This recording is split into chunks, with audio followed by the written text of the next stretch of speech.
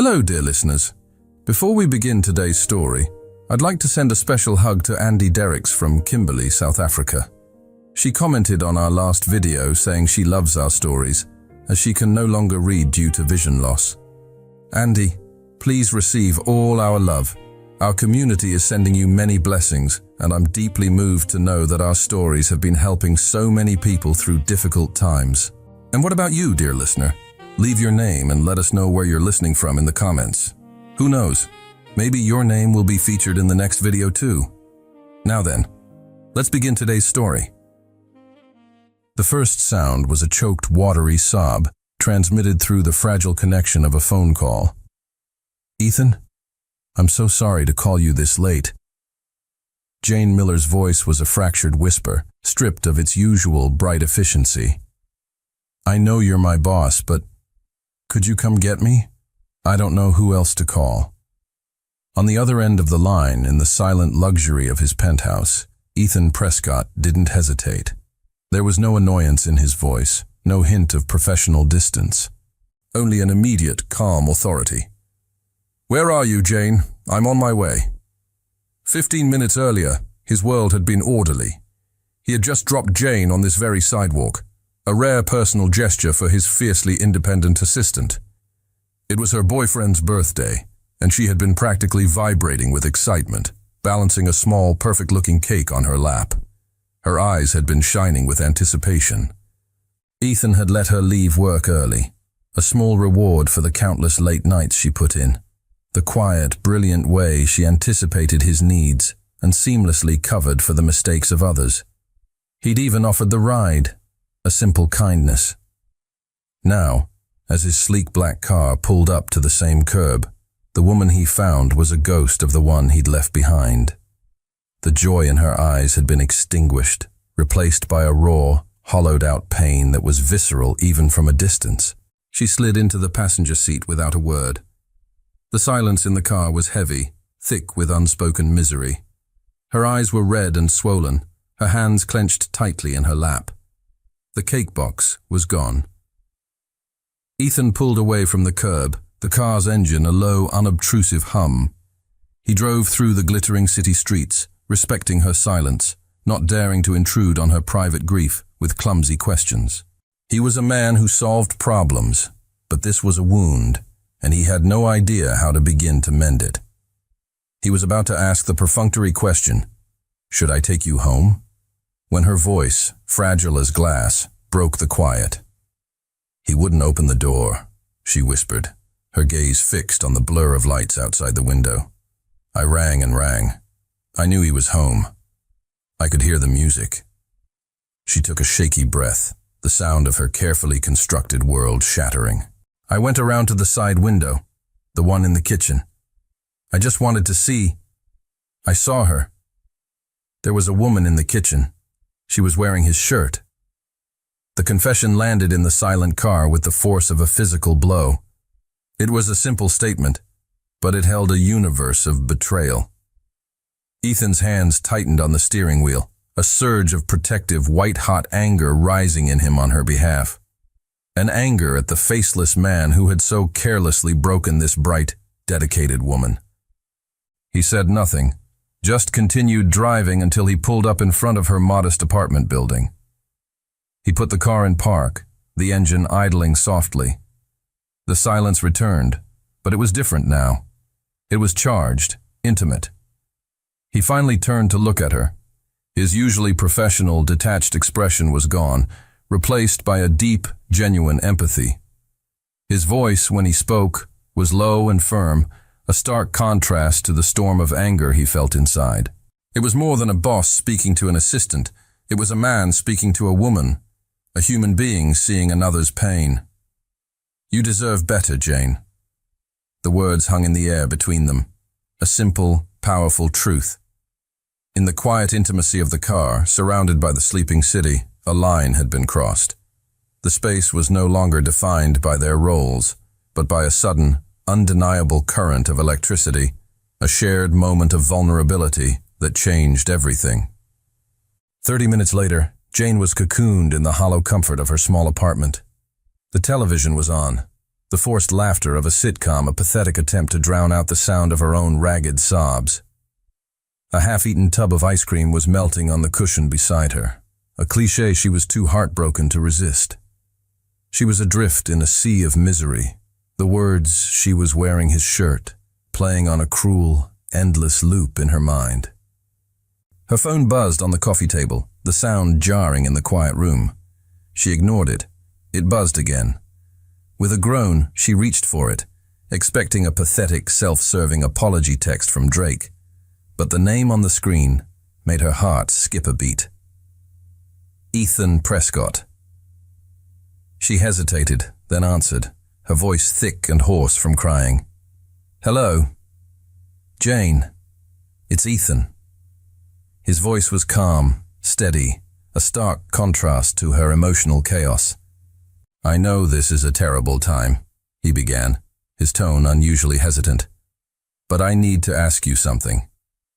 He paused, and the question, when it came, was strange and direct. "Do you trust me?" The question caught her completely off guard. Trust him? As a boss, absolutely. He was fair, demanding but brilliant. But this was different. This was personal. "Yes," she found herself whispering, unsure why. "Good," he said, a note of relief in his voice. "I have an unusual proposal. I want you to get away. Just for the weekend, with me." The invitation was so bizarre, so out of left field, that it momentarily silenced her grief. "What? Why?" "Because right now, this city is full of memories you don't need," he said simply. "And because I could use a break too." There was an urgency in his voice, a hint of his own burdens that suggested this wasn't just about her. It was a lifeline he was extending, perhaps to both of them. She was confused.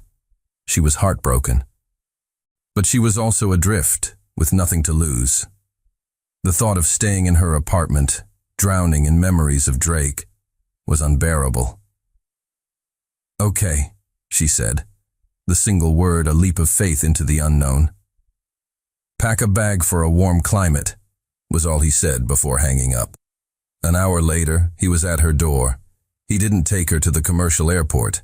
Instead, the sleek black car purred its way to a private hangar, where a small, elegant jet sat waiting on the tarmac, its engines humming softly.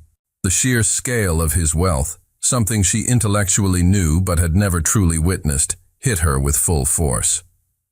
During the flight, as the lights of the city receded below them, she finally found the courage to ask the question that had been burning in her mind. "Ethan, really? Why are you doing this?" He turned in his plush leather seat to face her, his expression serious. "Because, Jane," he said, his voice low and sincere. "For months, I've watched you work. You're brilliant, you're dedicated, and you're the only person in my entire orbit who doesn't seem to care that my last name is Prescott. You see the work, not the wealth." He paused, his gaze dropping for a moment. "And I know what betrayal feels like. I know how it can hollow you out. No one should have to go through that alone." The confession, so personal and unexpected, created a new, intimate tension between them. They landed in a small private airstrip as the sun was rising, the air warm and scented with salt and citrus. A car took them to a secluded villa nestled in the hills overlooking the sparkling blue of the Italian coast. It was his personal refuge, a place of breathtaking beauty and absolute privacy. The next day, in an attempt to clear her head, they went for a hike along a rugged coastal path. The beauty of the landscape was a soothing balm on her raw emotions, but as they navigated a steep, rocky section, her foot slipped. A sharp, searing pain shot up her leg, and she cried out, collapsing to the ground. Her ankle. Without a word of hesitation, Ethan was there. He knelt, his hands gently probing the rapidly swelling joint. "It's sprained," he diagnosed, his touch surprisingly gentle. Before she could protest or even process what was happening, he scooped her into his arms, her own arms instinctively wrapped around his neck for balance. She was suddenly, shockingly aware of his strength, of the solid wall of his chest, of the clean, masculine scent of his skin. He carried her as if she weighed nothing, his steps sure and steady on the uneven path. Back at the villa, he gently set her down on a sofa, his face a mask of concern. He worked with a quiet efficiency, retrieving ice, wrapping her ankle with a practiced, gentle touch that sent shivers up her spine. He was kneeling before her, his focus entirely on her injury, his brow furrowed with a concentration that was deeply, unexpectedly intimate. The proximity, the quiet care, the sheer physicality of him being so close, made the air thick and hard to breathe. The professional line between them had not just been crossed, it had been completely and utterly obliterated, and in its place was a raw, undeniable attraction that neither of them could possibly ignore. Confined to the villa with her ankle propped up on a mountain of plush cushions, Jane quickly grew restless. The breathtaking view from the terrace lost its charm, and the silence of the house became a heavy blanket. Ethan, meanwhile, was a man possessed. He was tethered to his laptop, pacing the length of the living room, his face a mask of intense stress. He was on a series of video calls, his voice sharp and demanding. The words, Project Omega, echoed through the villa. Jane gathered from the snippets of conversation that it was the biggest, most important software launch in his company's history. A project that would either solidify his legacy or shatter his reputation. "I'm going out of my mind with boredom," she finally said during a break in his calls. "Is there anything I can read?" "The library is upstairs," he said, his eyes still glued to his screen, his mind clearly a million miles away. "I can't get up the stairs, remember?" she replied, a hint of playful exasperation in her voice. She pointed to his laptop. "What about those? The reports for Project Omega. Let me have a look. Maybe I can find a typo." He glanced at her, a flicker of amusement in his tired eyes. It was an absurd request. She was his administrative assistant. The documents were filled with complex algorithms, predictive models, and dense lines of code that were Greek to most people. But he was distracted, and she was clearly desperate for a distraction. "Fine," he said, placing the laptop on the ottoman in front of her. "Knock yourself out. Just don't delete anything." She opened the first file, a projection analysis for user load and server scalability. At first she was just skimming, but then her brow furrowed. Something felt off, and she saw a pattern, a tiny, elegant, and catastrophic flaw in the math. A chill ran down her spine. It wasn't a typo. It was a fundamental error in the core assumption of the scaling algorithm. "Ethan," she said, her voice quiet but urgent. He was on another call and he waved a dismissive hand at her. "Ethan," she said again, her voice sharper this time, cutting through his conversation. He ended the call abruptly, an annoyed look on his face.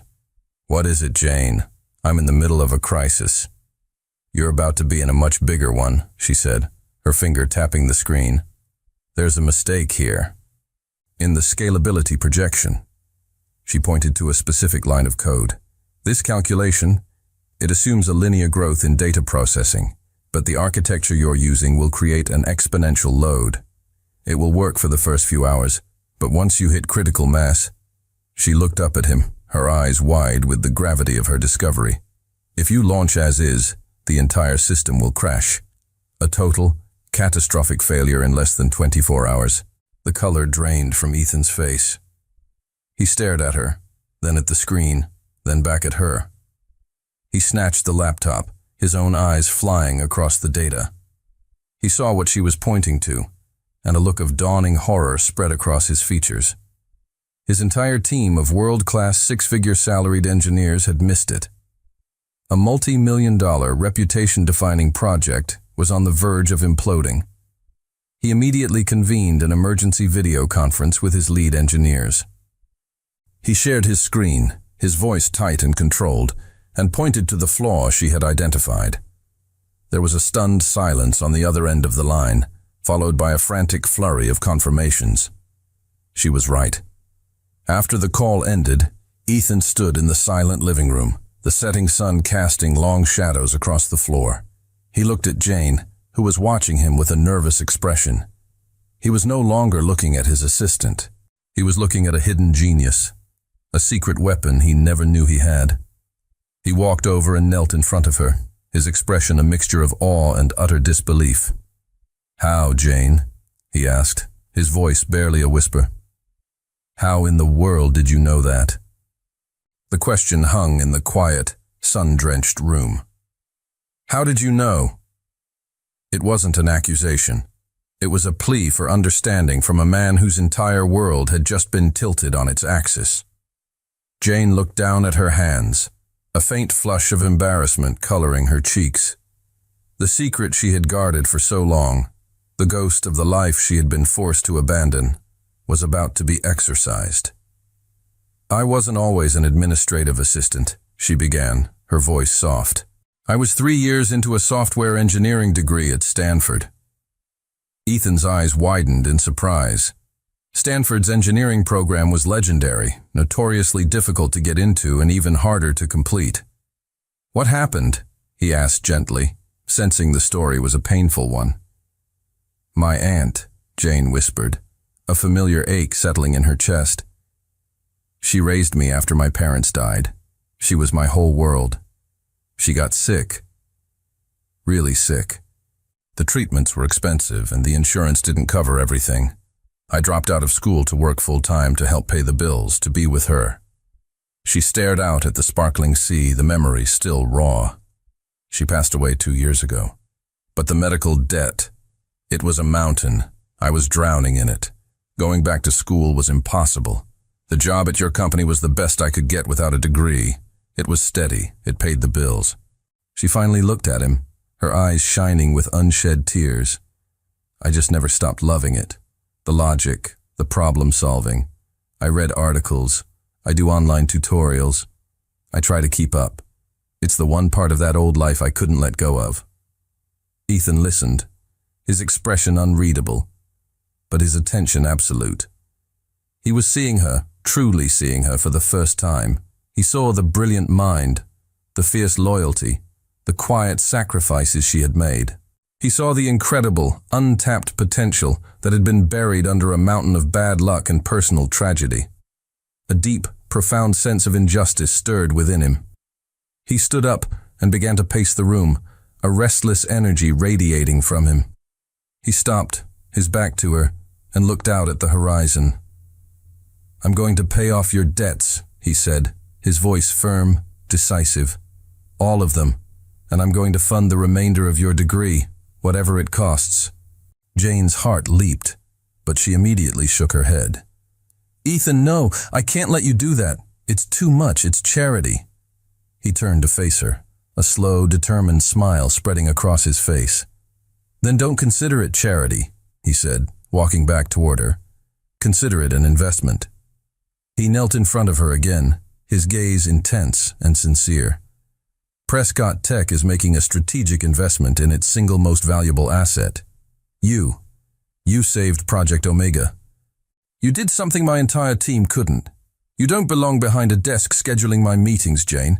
You belong in our lab, building the future." After a few hours, he opened the folder and took out a sheet of paper. He placed it on her lap. "This is a contract," he said, his eyes twinkling. "But not the kind you're thinking of. It's an advance on your future employment. It outlines a full scholarship, a debt settlement, and a senior engineering position at Prescott Tech, waiting for you the day you graduate." She stared at the folder, speechless. Her hands trembled as she opened it.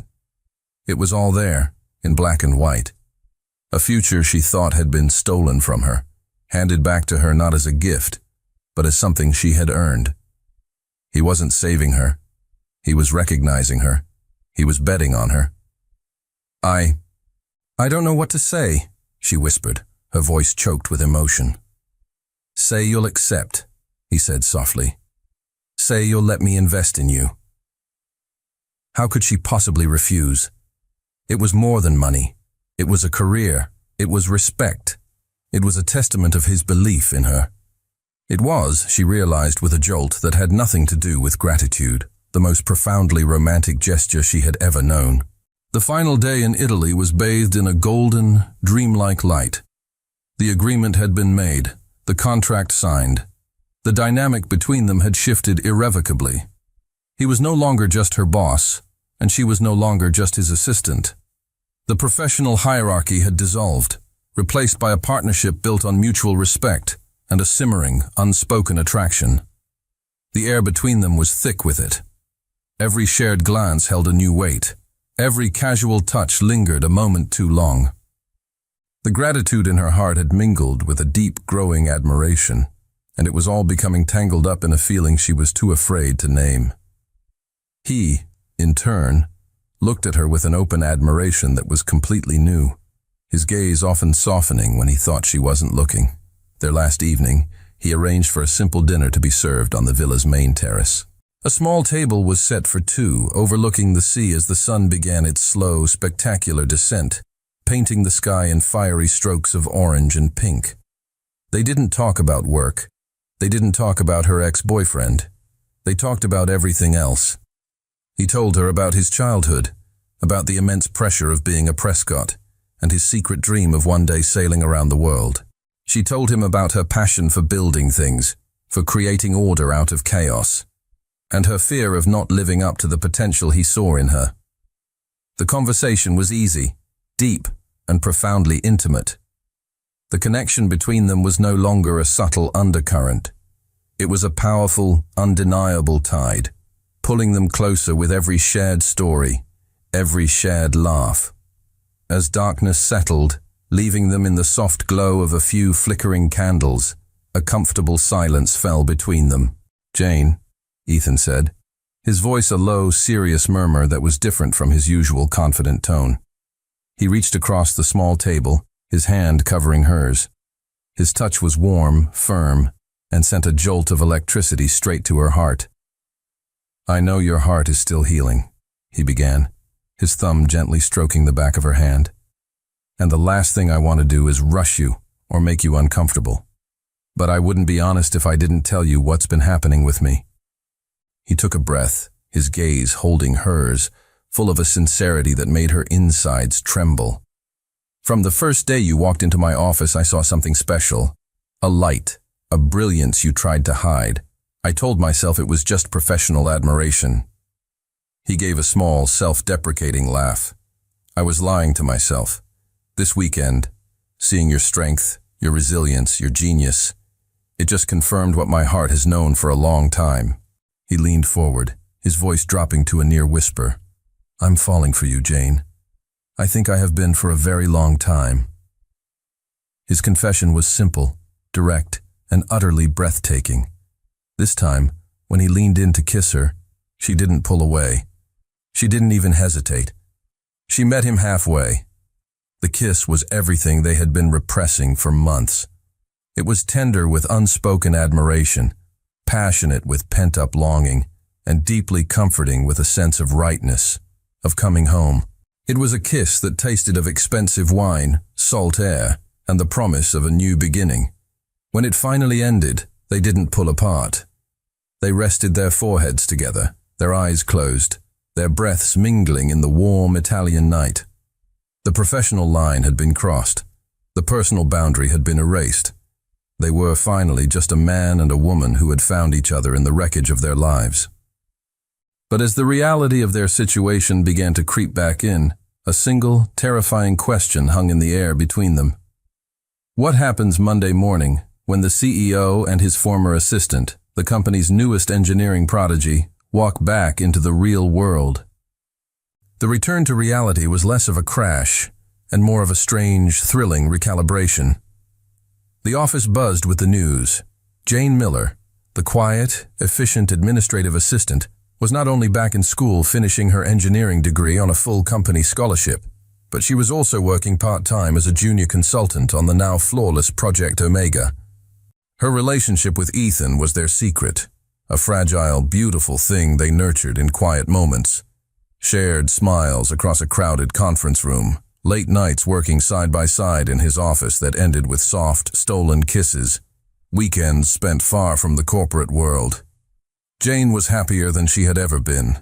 She was intellectually stimulated, her future was bright, and she was falling deeper in love with a man who saw and valued every part of her. A few weeks into her new life, an email landed in her university inbox. It was from a man named Ronald Sterling, identifying himself as an angel investor and head of Sterling Innovations. "Dear Ms. Miller," the email read, "I have been following the recent buzz around Prescott Tech's Project Omega. Through my sources, I've learned of the pivotal role a brilliant young mind played in saving it from disaster. I make it my business to identify and nurture emerging talent. I would be honored if you would join me for lunch to discuss your future." Jane's heart swelled with pride. Someone outside of Ethan's circle had recognized her contribution. It was validation. Flattered and seeing no harm in it, she accepted the invitation. She didn't know that Ronald Sterling wasn't just an investor. He was Ethan's most ruthless rival, a man known for corporate espionage and poaching top talent. They met at a chic, minimalist restaurant downtown. Ronald was charming, impeccably dressed, and praised her work with a sincerity that felt intoxicating. He listened intently as she spoke about her passion for engineering. "You have a rare gift, Jane," he said, leaning forward. "Which is why I'm concerned. I've seen this story before. A brilliant junior saves the day, and the man at the top takes all the credit." "That's not what's happening," Jane said quickly, a defensive edge to her voice. "Ethan has been incredibly supportive." "Supportive?" Ronald chuckled, a smooth, condescending sound. "He's paying your tuition?" "Jane, you saved him from a $100 million catastrophe. A scholarship isn't an investment, it's a muzzle. It's the cheapest possible way to keep you quiet and loyal while he accepts the awards and the accolades for your discovery." He shook his head, a look of faux pity on his face. "You deserve better. You deserve to be the name on the project, not a footnote in his success story." Jane felt a prickle of unease. She defended Ethan, insisting he wasn't like that. But Ronald's words were insidious, a drop of poison in the well of her newfound happiness. The seed of doubt had been planted. She didn't know that, sitting at a table across the restaurant, partly obscured by a large plant, was Mark, Ethan's trusted chief of staff. He watched the animated conversation between Jane and his boss's arch-nemesis. With a small, triumphant smile, he discreetly raised his phone, angled it, and snapped a picture. The photo was a masterpiece of misinterpretation. It captured a moment where Jane was leaning forward, listening intently, and Ronald was smiling, his hand resting on the table near hers. It looked intimate, conspiratorial. Mark immediately sent the photo to Ethan, adding a single devastating line of text. "I think we have a problem. Your protege is having a very friendly lunch with Ronald Sterling." The image on Ethan's phone screen was a punch to the gut. Jane, Ronald Sterling, leaning in close, smiling. The context didn't matter. The visual was a betrayal in itself. All his old demons, the ghosts of past betrayals by people who only wanted his name or his money, rose up with a vengeance.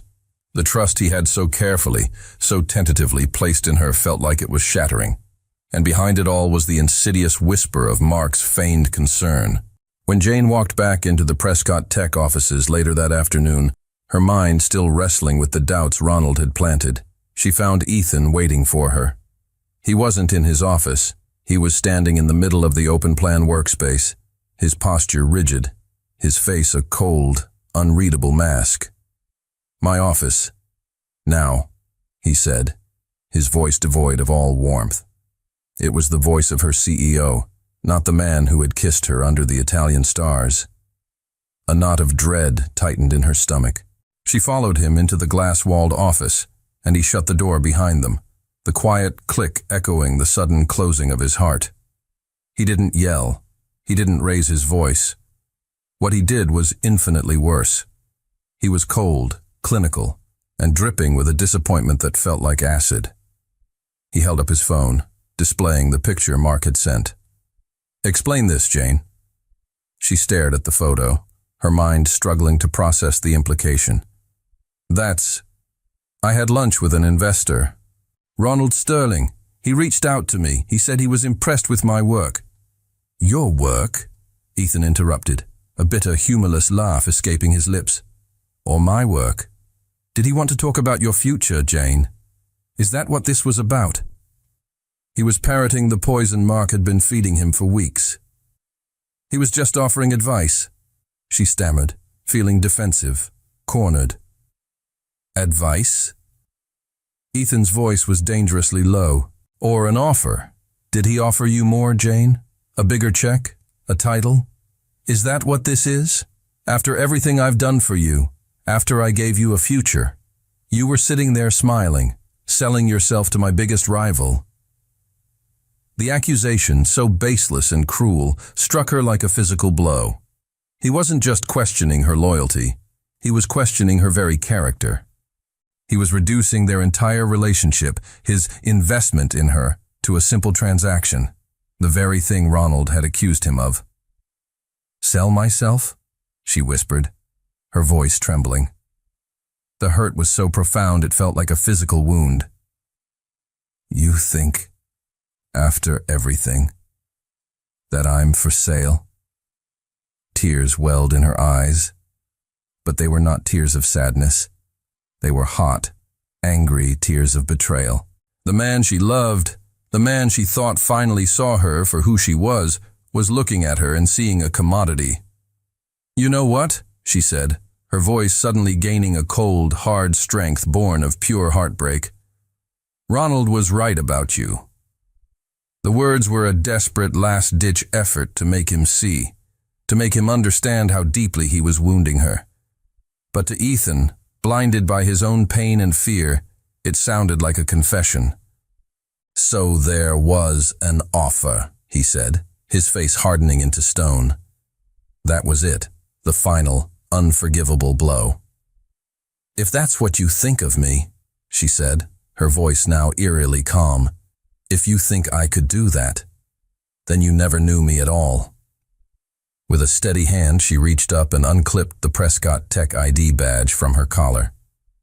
She walked to his massive, empty desk and placed it gently on the polished surface. The small piece of plastic seemed to mock them with its officialdom.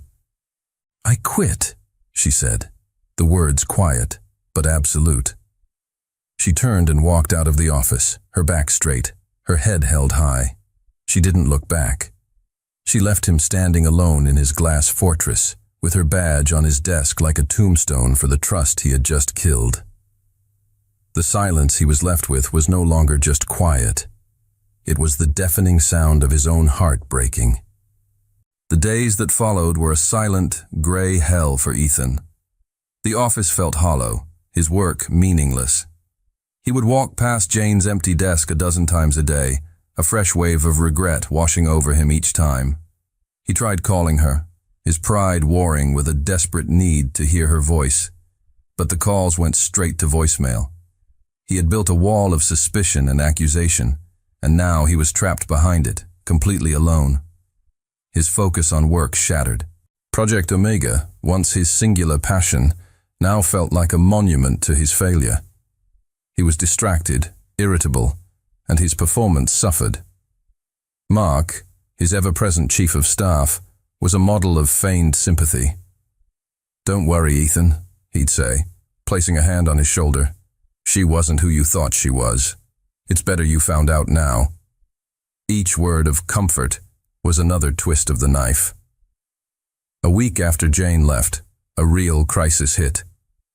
A senior engineer rushed into Ethan's office, his face pale. There's a problem with the Omega source code, the engineer said, his voice tight with panic. A critical data file has been corrupted. It's the final build for the launch next week. We have backups, but we've lost days of optimization work. It's a major setback. A cold dread trickled down Ethan's spine. A corrupted file. It was too specific, too targeted to be a random glitch. It felt like sabotage. His first, gut-wrenching thought was a flash of Jane's face, immediately followed by a wave of self-loathing. No, he couldn't let his mind go there again. I want a full diagnostic, Ethan commanded, his voice sharp, the CEO in him taking over. "I want to know who accessed that file, from where and when. Get our cybersecurity team on it, now." He spent the next few hours pacing his office like a caged animal, while his top security analysts dug through server logs and access protocols. The initial report came back, and it made his blood run cold. The file corruption wasn't an accident. It was a deliberate deletion, followed by an unauthorized data transfer to an external, encrypted server. The transfer had occurred just minutes after his confrontation with Jane. It was a setup. The timing was too perfect. Someone wanted it to look like she had stormed out, and, in an act of revenge, sabotaged the project on her way out the door. "Trace the transfer," Ethan ordered, his voice dangerously quiet. "I don't care what it takes. Find out where that data went." The cybersecurity team worked through the night, peeling back layers of encryption and rerouted IP addresses. The next morning, the head of the team walked into Ethan's office and closed the door. "We found it," he said, his expression grim. "The digital trail was expertly hidden, but we traced the final destination." He slid a tablet across the desk. On the screen was the address of the server that had received the stolen data. It wasn't a random hacker's server. It belonged to Sterling Innovations. Ethan felt a surge of white-hot rage. Ronald. But how? He needed an inside man. "Who initiated the transfer?" Ethan asked, his voice a low growl. "Which terminal did it come from?" "That's the strange part," the analyst said. "The access credentials used were yours, Ethan. But the transfer wasn't initiated from your terminal. It was routed through a different workstation on the executive floor." He pulled up another screen. "Workstation 7B. Ethan's blood turned to ice. He knew exactly who sat at Workstation 7B. He found Mark in the break room, pouring a cup of coffee, a smug, satisfied look on his face. Ethan walked up to him, his movements unnervingly calm. "Mark," he said, his voice soft. "Ethan, just the man. I was thinking we should—" "It was you," Ethan interrupted, his voice dropping to a deadly whisper. Mark froze, the coffee cup halfway to his lips. "What are you talking about?" "The file. The transfer to Sterling's server. It came from your workstation." The color drained from Mark's face. He was caught. Ensnarled in a digital trap he thought was foolproof. He started to stammer, to deny, but the look in Ethan's eyes, a look of cold, absolute fury, silenced him. Cornered and exposed, Mark confessed everything. He had been on Ronald's payroll for months, feeding him information, waiting for the right moment to sabotage Project Omega from the inside. Jane discovering the original flaw had been an unforeseen complication. She had become a threat.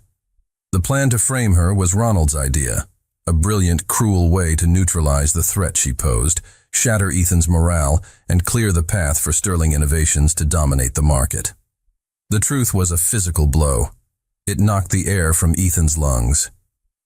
He hadn't just been wrong about Jane. He had been a pawn. He had been manipulated into becoming the weapon used against the one person he loved, accusing her of the very betrayal that was being perpetrated by the man standing right next to him. He had hurt her. He had broken her trust. And he had done it all while she was being set up as the scapegoat for a crime she had in fact prevented. The depth of his failure was absolute. And now, she was gone. Months passed. For Ethan, they were a blur of damage control, legal battles, and a deep, gnawing emptiness. He fired Mark, sued Ronald for corporate espionage, and managed to launch Project Omega successfully. But the victory felt hollow. Every accolade, every glowing press mention, was a bitter reminder of the woman who should have been by his side, sharing the triumph. He had her scholarship money transferred to an untouchable trust, but he knew it was a hollow gesture. He had broken something far more valuable than a contract. For Jane, those same months were a period of painful, transformative rebirth. The first few weeks after she left were a haze of heartbreak and disillusionment. She had retreated to her small apartment, The silence, a constant reminder of her loss. The pain of Ethan's accusation was a sharper wound than Drake's infidelity had ever been. Drake had betrayed her love. Ethan had betrayed her very essence. But Jane Miller was not a victim. She was a builder. She was a problem solver. One morning, staring at her own tear-streaked reflection in the mirror, she remembered the feeling of utter helplessness after her breakup with Drake, the confusion and the loss of self-worth. She thought about the countless other women who must feel that same way after a heartbreak, a job loss, or any of life's brutal setbacks. An idea sparked. A solution to a problem. She refused to be defeated. Using the small savings she had painstakingly accumulated and a modest personal loan from a credit union, adamantly refusing to touch the trust Ethan had set up, she got to work. She wasn't just an engineer. She was a woman who understood the intricate architecture of a broken heart. She poured all her pain, her brilliance, and her empathy into a new project. It wasn't a massive corporate undertaking. It was something deeply personal. She spent her days in coffee shops, coding furiously, and her nights sketching out user interfaces. She interviewed therapists, nutritionists, and fitness coaches. The result was Bloom. It wasn't just another wellness app. It was a holistic, empathetic companion for women navigating difficult life transitions. It combined guided meditations for healing, personalized fitness plans to rebuild strength, nutritional advice for self-care, and, most importantly, a secure, anonymous community forum where women could share their stories and support one another. The interface was intuitive, the design was beautiful, and the core philosophy was one of compassion, not competition. She launched it quietly, with no marketing budget, relying only on word of mouth. And it exploded. It started as a trickle, then became a flood. Women shared it in private groups, texted it to friends going through a divorce, recommended it to daughters struggling with self-esteem. The app's authenticity resonated.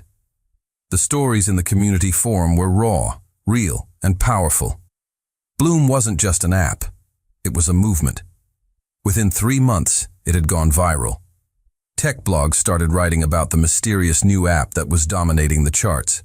Investors started calling. Jane Miller, the former administrative assistant who had disappeared from the tech world, was suddenly the most talked about new CEO in the industry. She had taken her deepest pain and engineered it into her greatest success. One crisp autumn morning, an official embossed envelope arrived at her small, bustling office. She opened it, her heart giving a nervous flutter. It was an invitation. She had been nominated for the Innovator of the Year award at the National Technology Leadership Summit, the most prestigious awards ceremony in the country. Her app, Bloom, was a contender. And as she scanned the list of other nominees, her breath caught in her throat. The front-runner for the grand prize, the Award for Technological Excellence, was, of course, Prescott Tech, for the groundbreaking success of Project Omega.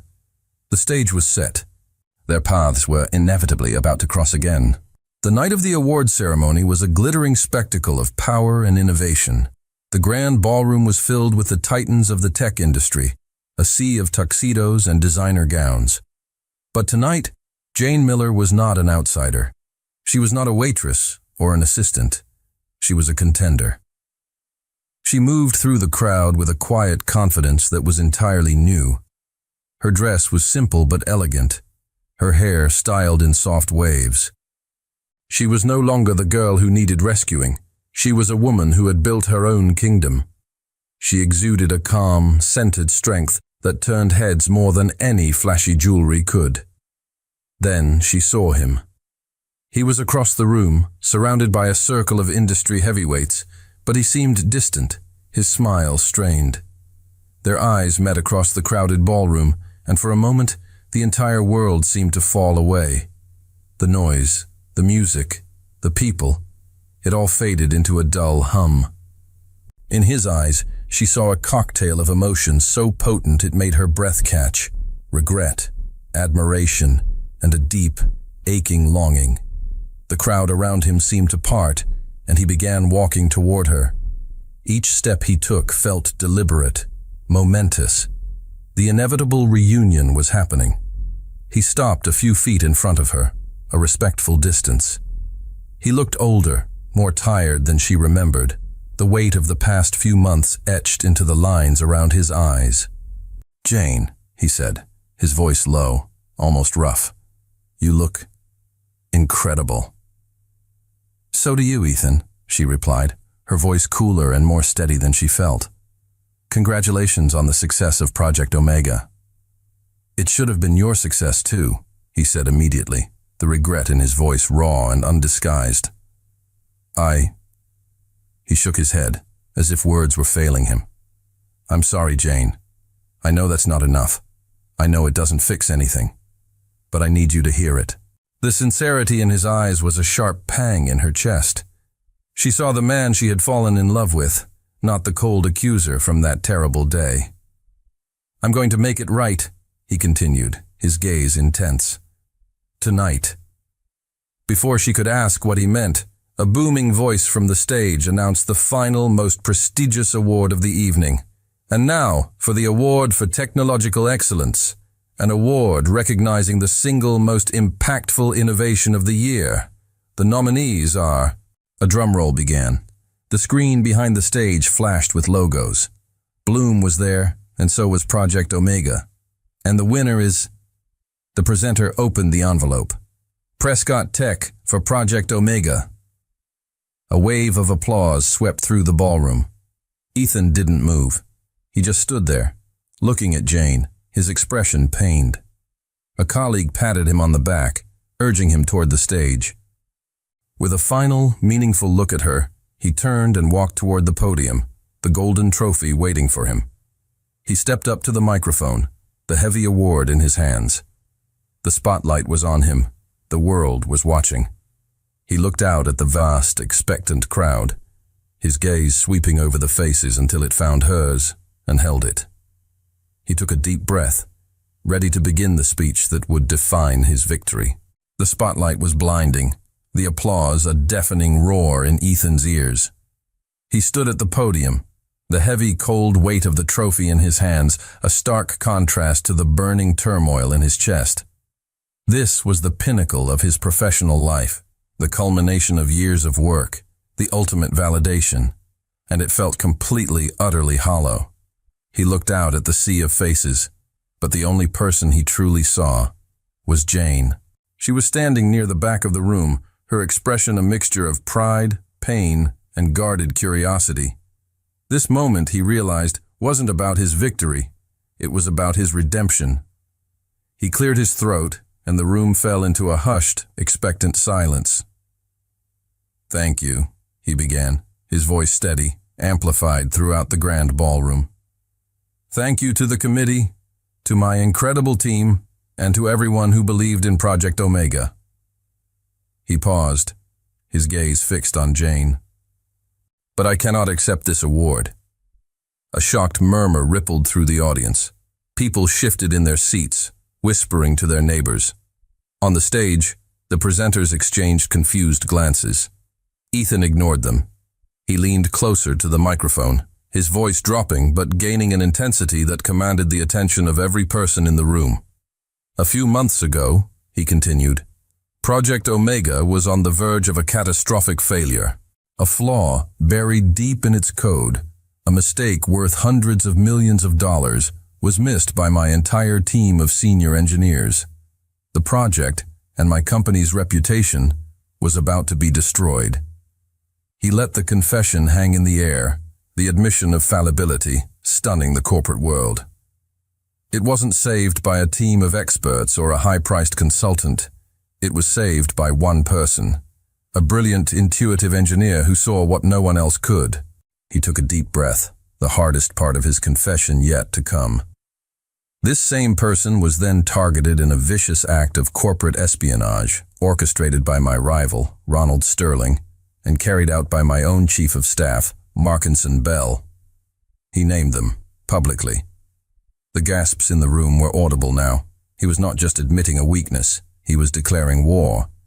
They conspired to sabotage this project and to frame this brilliant young woman as a traitor. And I, he said, his voice cracking with a raw, self-recriminating pain. In my own fear and arrogance, blinded by my own past, I fell for it. I accused an innocent person, the very person who had saved me, of the worst kind of betrayal. His eyes, glistening under the hot stage lights, found Jane's again. The entire audience seemed to turn with him, their gaze following his. The success of Project Omega, the reason I am standing on this stage tonight, is due to one person and one person alone, he declared, his voice ringing with absolute conviction. The true genius behind this project is not me. The true innovator is not me. He lifted the heavy golden trophy, the symbol of his supposed triumph. This award, he said, his voice thick with emotion, belongs to its rightful owner. It belongs to Jane Miller. He didn't wait for the applause or the reaction. He stepped down from the podium, leaving a stunned and silent audience in his wake, and began to walk through the crowd. He walked with a singular purpose, his eyes never leaving her, the heavy trophy extended in his hands like an offering. The cameras, the reporters, the entire tech world, they all turned to focus on her. He was not just giving her an award. He was giving her the credit, the truth, and his public, unconditional apology. He stopped in front of her, the space between them electric, the golden trophy a bridge between his world of regret and her world of newfound strength. For a heart-stopping moment, Jane was frozen, the weight of 1,000 pairs of eyes on her. The golden trophy, offered like a penitent's plea, gleamed under the ballroom lights. Her mind was a whirlwind of shock, vindication, and a pain so deep she had forgotten its shape. Then her instincts took over. With a quiet grace that belied the storm inside her, she reached out and took the award from his hands. Her fingers brushed against his, and a jolt of the old, familiar electricity passed between them. She gave a small, dignified nod to the stunned audience, a silent acceptance not of his apology, but of the truth he had finally spoken. The ballroom erupted into a thunderous, sustained applause, this time entirely for her. In the ensuing chaos, as people rose to their feet, Ethan gently took her elbow. "Come with me," he murmured, his voice for her ears only. He guided her away from the flashing cameras and the clamoring reporters, leading her through a side door and into the quiet, dimly lit labyrinth of the backstage area.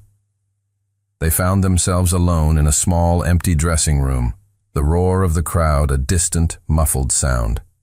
The silence between them was vast, filled with months of pain, misunderstanding, and unspoken longing. She placed the heavy award on a nearby table, the metallic clink unnaturally loud in the quiet room.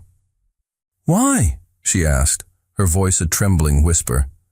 "Why would you do that, Ethan? You could have destroyed your own reputation." "Because my reputation is worthless if it's built on a lie," he answered immediately, his voice raw with an honesty that stripped him bare. "Because the truth matters. You matter."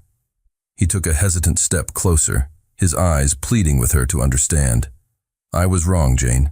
So profoundly, devastatingly wrong. I let my own past, my own fears, twist me into a person I don't recognize. I doubted you, the one person in my life who has been nothing but loyal and true.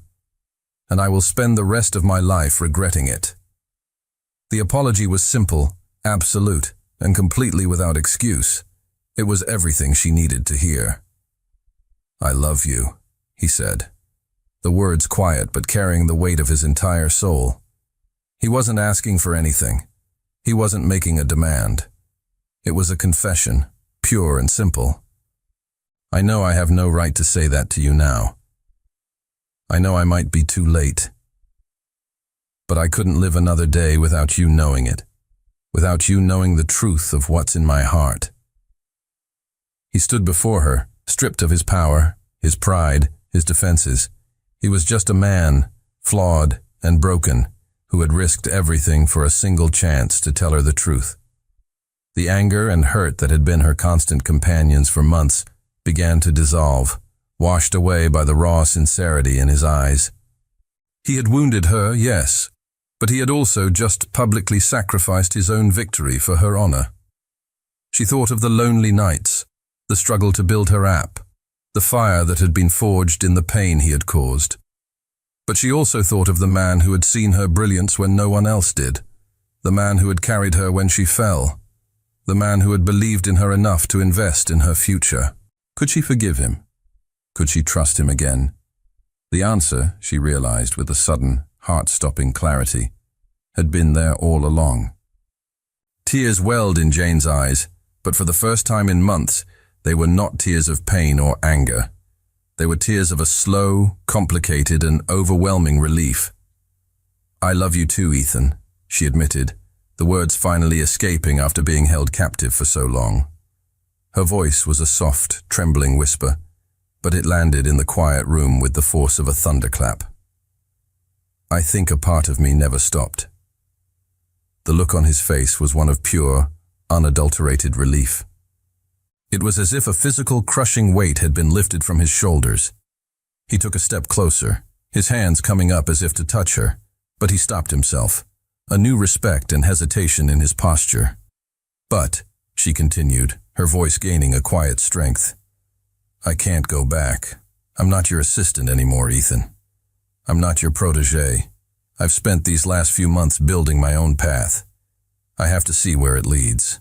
He nodded immediately, his expression full of a deep, painful understanding. "I know," he said, his voice rough with emotion. "And I would never ask you to. You've built something incredible, Jane. On your own. You're a CEO, a founder. You're my equal in every way." The acknowledgement, the validation of her own success coming from him, was more powerful than any apology.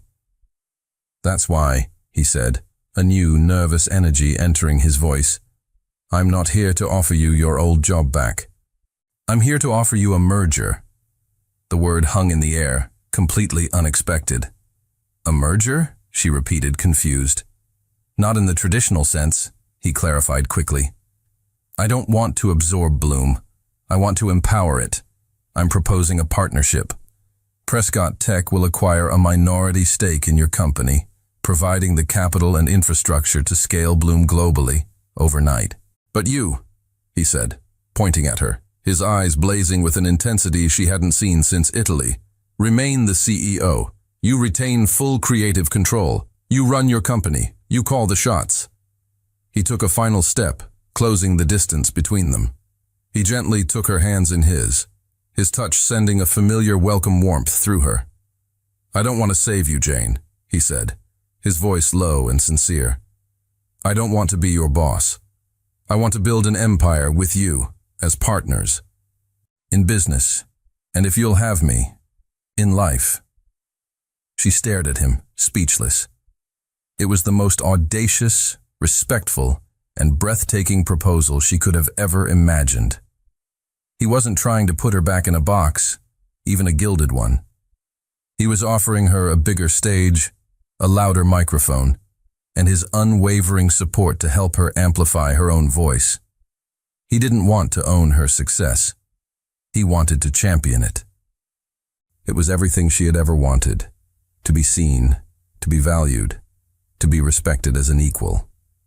To have a partner who didn't just love her, but who fundamentally believed in her. A slow, brilliant smile spread across her face.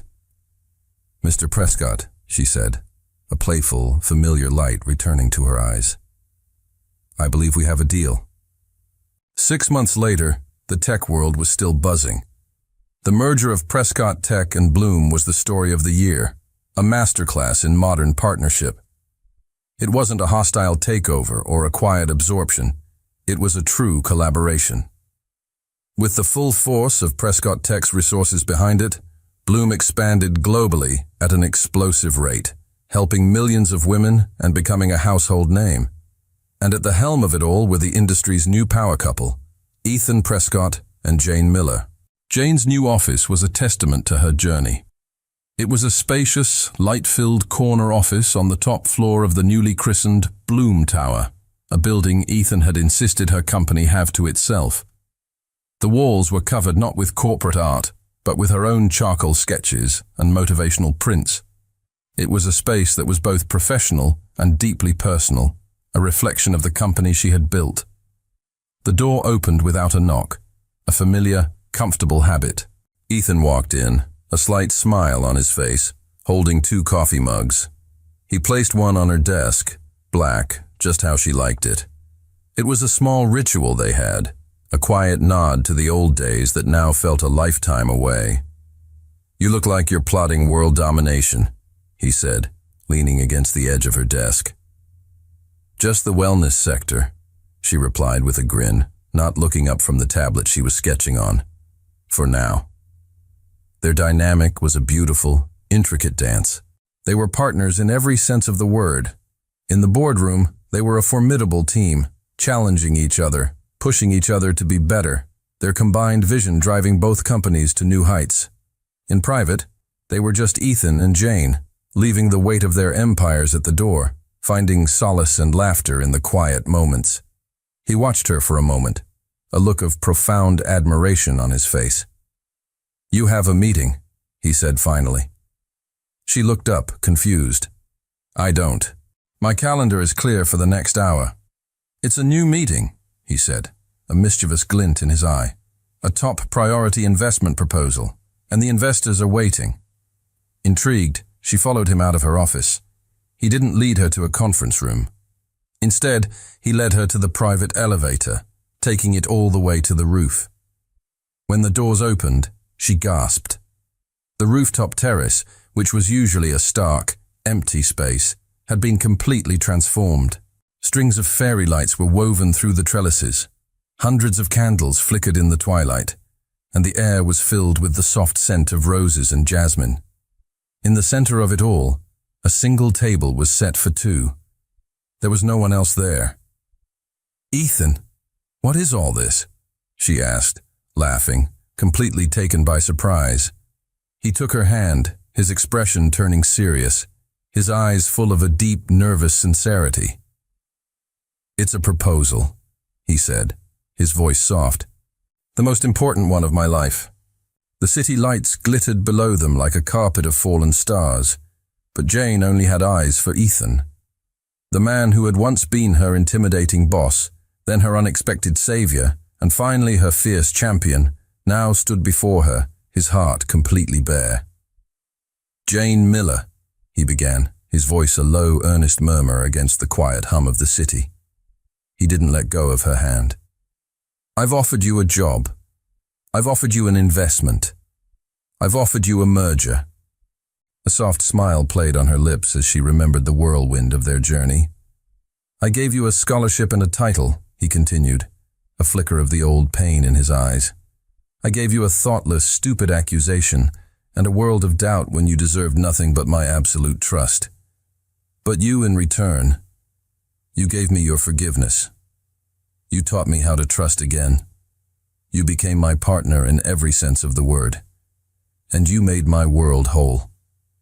He took a deep breath, his gaze so full of love it made her heart ache. Then, to her utter astonishment, he slowly got down on one knee. He pulled a small velvet box from his pocket. He opened it, and inside, nestled on a bed of dark silk, was a ring. It wasn't a massive, ostentatious diamond meant to signal wealth. It was an elegant, custom-designed piece, a band of platinum that twisted and flowed like a line of code, culminating in a single brilliant, clear diamond. It was a perfect fusion of art and logic. It was them. "So now," he said, his voice thick with emotion as he looked up at her, "I want to offer you one last contract. The final one. It has no exit clauses, no stipulations, only a single binding promise. I promise to spend the rest of my life proving to you what I told you on that first terrible night, that you deserve better, that you deserve everything. You deserve a partner who will champion your brilliance, a love that is unconditional, and a lifetime of happiness. Jane Miller, my brilliant, resilient, beautiful partner, will you marry me?" Tears of pure, unadulterated joy streamed down her face. She was laughing and crying at the same time, a beautiful, happy mess. "Yes," she whispered, her voice choked with happiness. "Yes, of course, yes." He slid the ring onto her finger. It was a perfect fit. He stood up, pulling her into his arms and kissing her with all the passion, respect, and profound love that had grown between them. It was a kiss that sealed their final, permanent merger. They had started as a boss and an assistant, a relationship defined by hierarchy and professional distance. They had navigated betrayal, heartbreak, and doubt. But they had emerged not just as equals, but as two halves of a stronger whole.